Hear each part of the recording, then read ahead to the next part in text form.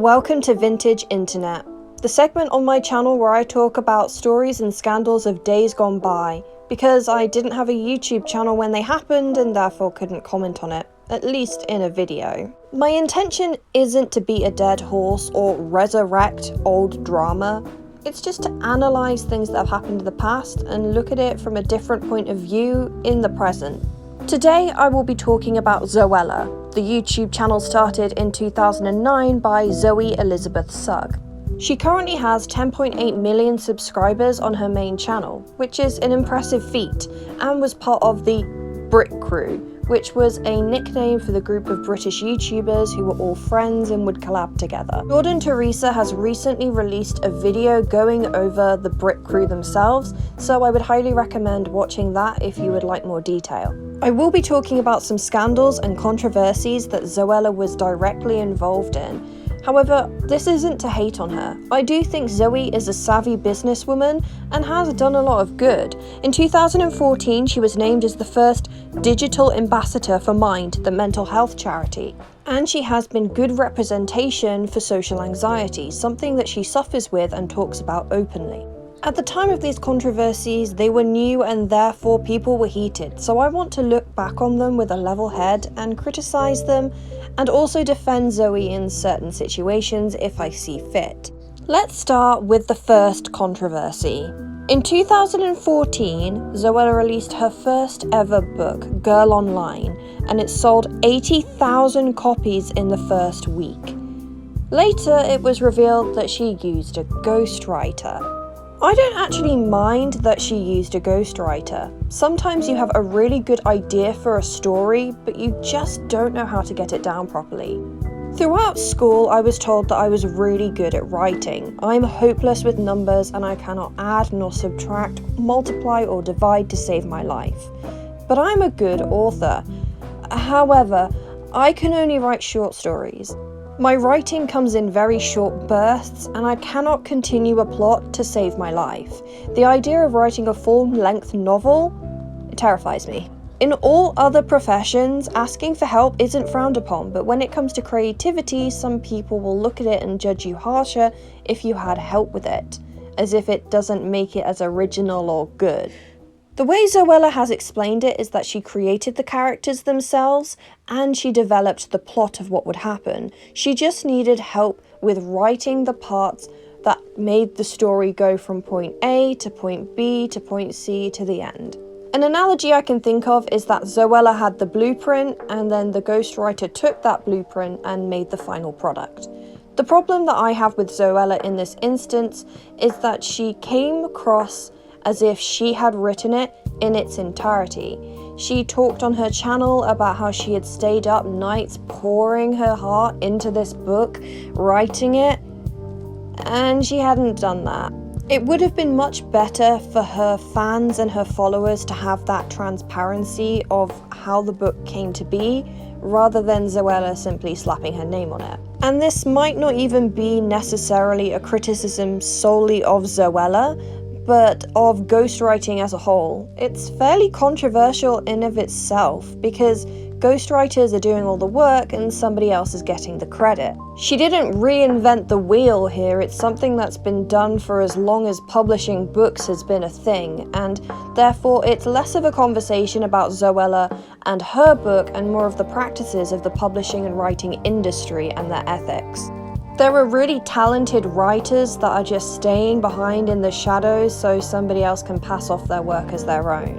Although it is important to note that ghostwriters are paid for what they do and understand that what they do won't be credited. They aren't being kept in the dark here, they know exactly what's going on and what will happen when it comes to writing this book. So it isn't necessarily negatively affecting the ghostwriter if they have consented to this. And therefore, when it comes to ghostwriting as a whole, that's a different conversation we can have for another day about writers settling for less than their worth. Although again, on the other hand, we could also talk about how this could be a massive boost in their career if they are eventually outed as the ghostwriter and people have read this book that has been put out by this big figure and already know how good their writing is. I'm going around in circles here. The basic problem with this is selling the idea to fans that you made something when you didn't. I think Zoella truly lost a lot of trust in her fans when it came out that she used a ghostwriter, but I don't think she deserved the mass backlash that she got. She said she was very depressed and anxious after it came out that she used a ghostwriter because she got so much hate, and I don't think that was warranted at all. Before TanaCon, there was Hello World. Hello World was held in October 2017 at the Genting Arena in Birmingham, advertised as a 4-hour immersive live show, bringing together YouTube stars and fans to take part in games, challenges, and other events. This did not happen. I'll just read a few testimonials. Chloe, who is 13 and from South Wales, told Newsround that she paid around £120 for the VIP ticket, but felt the event was abysmal. She said, "I thought the day would be a chance to get up close and personal with YouTubers and that they'd just be hanging around the event, but I was so disappointed. All we did was queue up for 3 hours. No one knew what we were queuing for. We asked staff and they didn't know. There were hardly any YouTubers or activities. We were basically walking around an empty arena. It was shambolic." But parents say there were no big attractions and just a handful of vlogging stars who fans had to queue for hours to meet. Some took to Twitter to slam the event at Birmingham Genting Arena. Mum, Catherine Parr, who spent £224 on 4 tickets, said that she felt totally ripped off. Dad, Robert James, said it was a massive letdown. So this is a queue sham, exploiting young children and their parents, unorganised, offering children a chance to meet their idol. Hashtag Hello World Live. What happened to the carnival rides that were supposed to be at Hello World? Emma claimed, in her words, "It was the worst day ever. I've wasted my birthday gift on a day of pushing, shoving and rudeness." I would also like to add, she won tickets to see Tyler Oakley with the ticket stating that there would be an opportunity for a photo and 2 items to be signed. But this did not happen as staff hadn't got a clue about it. Zoella herself was one of those slated to be there at Hello World. She responded on Twitter by saying, "I didn't have any scheduled meet and greets but took hundreds of photos with fans on both days, even when I was on the brink of panic." Now, I want to say this is obviously an issue with the organisation, or the person who I won't talk about because trash, who put this together. There were clearly problems when it came to organising things. People didn't know what they were queuing for. Staff didn't have an idea of what event was going on when and where. And there were definitely omissions on the part of the organising parties because certain things such as the carnival simply wasn't there. So either they lied about there being the carnival and events and activities, or they just didn't organise those things. They didn't think to make sure it was gonna be there. Although I will put most of the blame on the organisers, and I definitely do sympathise for the talent who were there who had no control over the event, there are allegations that there were posts on social media showing some of the YouTubers in attendance hanging out in private rooms rather than being at the event. Jackmate in his video on Hello World talked about seeing posts of YouTubers just hanging out in private rooms at the time of the event. I can't see any of those posts myself now, so perhaps they were taken down, but I'm inclined to believe Jackmate as a credible source. I also tried to look up some of these photos that Zoella was talking about, and on Twitter at least I could only see 3 people posting with Zoella at Hello World. Of course, she could have taken loads of photos and they're on different social media sites, or people simply didn't post them. And Jackmate didn't name the YouTubers specifically who he noted were hanging out in private rooms instead of being out there. But I can say for sure that Zoella was definitely out there and taking some pictures at the very least. So I'm definitely going to put this down mostly to the organisers.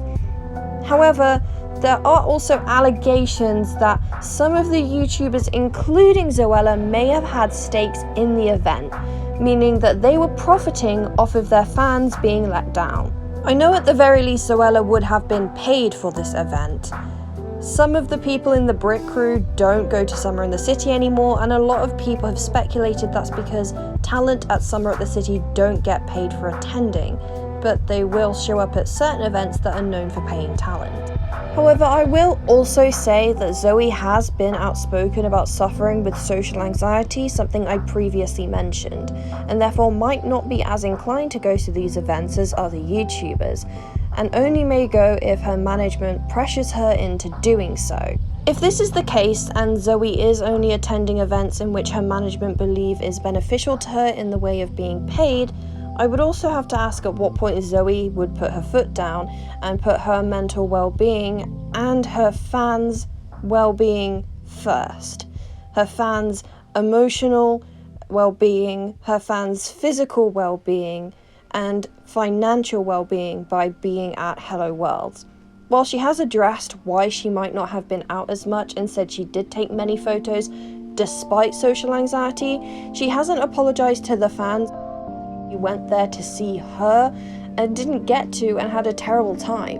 While it's not necessarily her fault due to the organisation's failings, I would still feel somewhat guilty in the fact that I might be the reason somebody went there and had a bad time. Also in 2017, in November, Zoe released an advent calendar, and I think a lot of you would have heard of this advent calendar. You should watch Jackmate's video on it, it's bloomin' brilliant. The problem with the calendar that was released exclusively to Boots is that it was bad. It was £50 and only had 12 doors, which I understand for many different brands that do advent calendars makes sense. A lot of them only do 12 doors, that's fair enough. And £50 could be worth it if the quality of the products were there. It was not. Some of the exciting things that you could get from the Zoella advent calendar included cookie cutters, stickers, a miniature notebook, a pen, 2 candles, and some confetti. All of these things could have been bought from Poundland, if I'm perfectly honest. Zoella responded to the controversy surrounding the price of the product by stating that Boots set the price. However, a representative on Twitter responded to a user asking about it by saying, "We sell products at the recommended retail price as set by the manufacturer or supplier." Someone's telling a little fib here, and I have to be honest, I'm less inclined to believe the 20-something-year-old YouTuber over a retailer that was started in 1849 as a small pharmaceuticals business and built itself up by having good communication with brands and rely on brands in order to sell them, and therefore wouldn't lie about them or to them to damage that relationship. Something's not adding up, you tell me. Either which way, we don't know who truly set the price of the product, and Boots did slash it in half to make it £25 instead. But I wouldn't buy that at all, even if it were £10. I mean, look at it. No matter who's at fault for the pricing, the products themselves were so bad. Bar the 3 products that were Zoella's, which I'm sure are great, they were terrible. You had 1 pen on one of the days, and 1 notebook on the other, and a tiny pom-pom, and a bag of confetti, and oh my god, I just can't. They were terrible. £10 for that product would still be taking the piss, and I'm sure you put a lot of thought into this, Zoella, but please, next time, put more thought into it. Poundland made their own advent calendar with pretty much the same exact items, bar Zoella's own products, obviously. When Poundland can take jabs at you, you should be worried. And that is not me speaking badly of Poundland or those who shop it there. It's more of a comparison to a multi-millionaire being bested by Poundland. That's the hard bit. Also in November 2017, she really couldn't get a break, could she? Old tweets of Zoella's resurfaced and she was criticised, and I will do a dramatic reading. I'll also respond to them as if I was responding to Zoe at the time that she tweeted that. I'm not saying she stands by any of these anymore. I'm just doing it for comedy's sake. Why are these clothes so expensive? Because they're designer, you tramp. That there in your hand is a dress worth over £2,000. Haha. Can you say out of touch? Why did that fat chav go and stand next to him? Was she George's wingman? Ugh. Hashtag X Factor. I don't watch X Factor, so I don't know the context of this, so I can't add anything funny, sorry. At Anna/Bella. I love her. Full stop. Haha. Lesbo alert. Bitch, you so straight you'd faint if you saw your own vajayjay. At Cammy. Haha. It's like everyone feels sorry for her. She should have kept her legs shut. Excuse my choice of words. Haha. Hashtag vulgar. Kinda told on yourself there amidst the slut shaming. I find it funny when gay men spit. It's like they're trying to be a bit macho, but it never works. Have you seen Alfie recently? He's hardly the epitome of an alpha love. At Tanya Burr, are they honestly letting a slur for a transgender person in a policeman hat speak to them like that? How odd. Haha. Kiss. How odd, Zoella, that you feel comfortable slinging around slurs like they don't mean anything. But also, I kind of want the context of this tweet. In a policeman hat? What's that about? Back to the topic at hand. So these tweets were between 2009 to 2012, and so at the time were at least 5+ years old. And I think bringing up old tweets is a bit redundant because people change their minds. People, when they're younger, say stupid things. They try and be edgy. They try and be funny. It just doesn't really seem like something worth criticizing, and while I can take the mick out of them now, I don't think she should be hated on them for who she is now or who she was in 2017 when she apologized for those tweets. However, I will say some people did criticize Zoella's apology for being pathetic and weak and not enough. For some of these things that she said, it's not up to me to accept nor reject an apology from her. I'm not a gay man, I'm not a transgender individual. Therefore, some of the things that she said don't apply to me. And it is 100% okay for somebody to see Zoella's apology who is affected by the comments that she made and reject her apology. That's up to them. That's their right. The latest scandal was in 2021 when Zoella released an article on her website about the best 21 adult toys. This one I have no issues with. Well, maybe a couple, but it's a bit more complex than just that. Zoella is a fully grown woman, and Zoella has the right to speak about certain things of an adult nature because she's a fully grown woman. She has the right to write and produce articles aimed at fully grown women.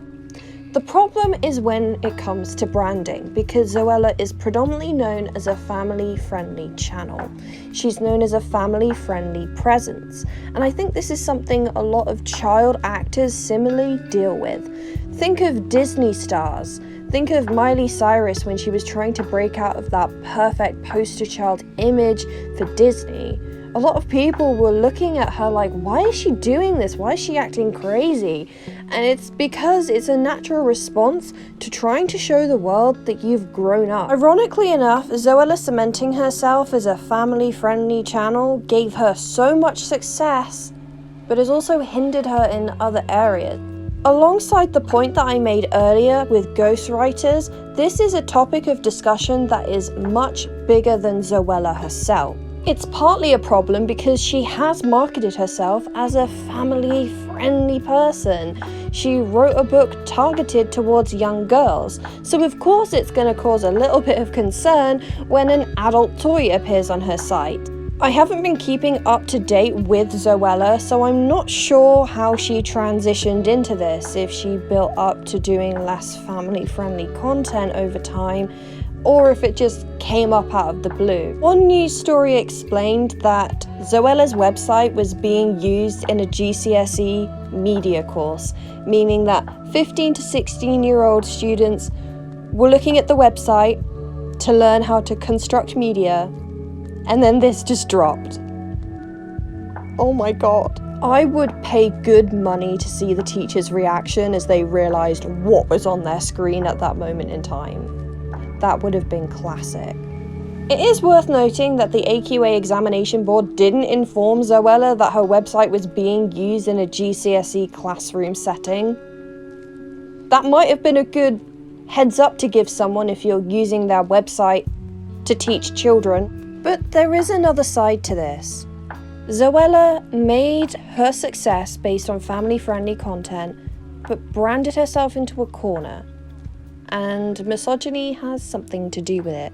I know, you heard the word misogyny, don't leave now, let me explain. She's always been portrayed as a pure, innocent, sweet girl. That's what she put out there, and that's what she's expected to be.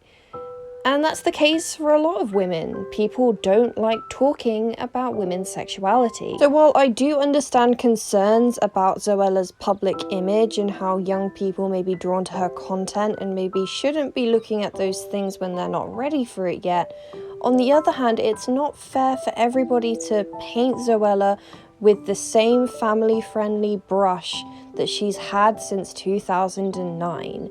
And I think we should realise that celebrities are people too, and they were young when they started and they have now grown up.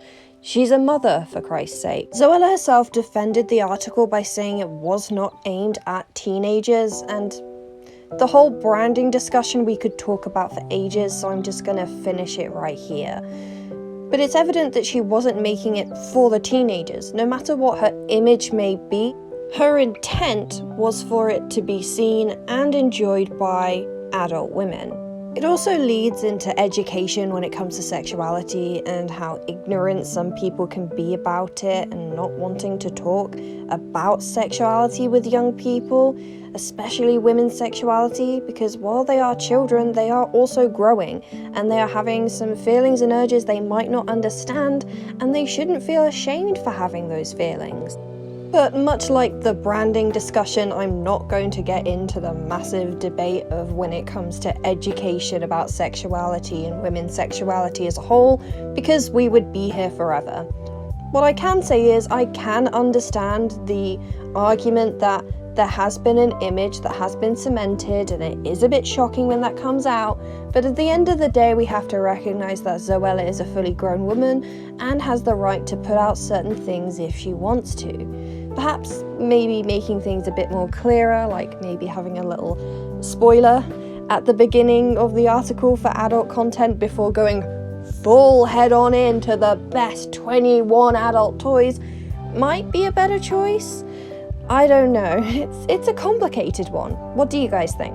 Those are all the major controversies and scandals that I could find on Zoella, and I want to know your thoughts. Were some of these blown out of proportion at the time? Is looking back on it, giving it a bit more nuance? Was I fair in some of my criticisms? Let me know in the comments below, and I'll see you guys in the next video. Bye!